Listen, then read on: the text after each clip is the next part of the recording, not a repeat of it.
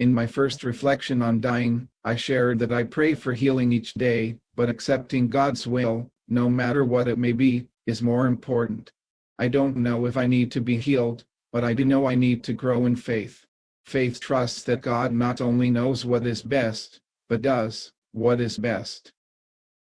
In my experience, God's grace is for enabling growth in faith, not just giving relief from suffering. We need to let Him help us. In this reflection, I will share some of the graces I've experienced since my first onset of ALS. Sometime about 3 years ago, I asked God to do whatever was needed for me to grow in union with Him. Maybe I should have been more specific. I didn't see this coming.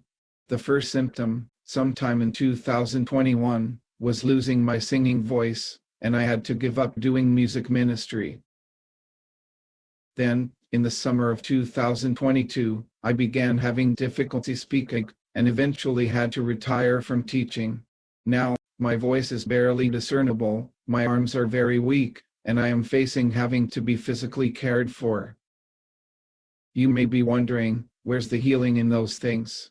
For most of my life, I've taken great pride in others liking my musical compositions and performances, sounding intelligent, and doing things by myself. Now, I can't do any of these things very well. In the past 2.5 years, I've come to understand how prideful I am, and my great need for humility. In the process, I have become less critical of others, and have begun to let them help me, albeit in small ways. I am grateful that my ALS is facilitating this spiritual healing.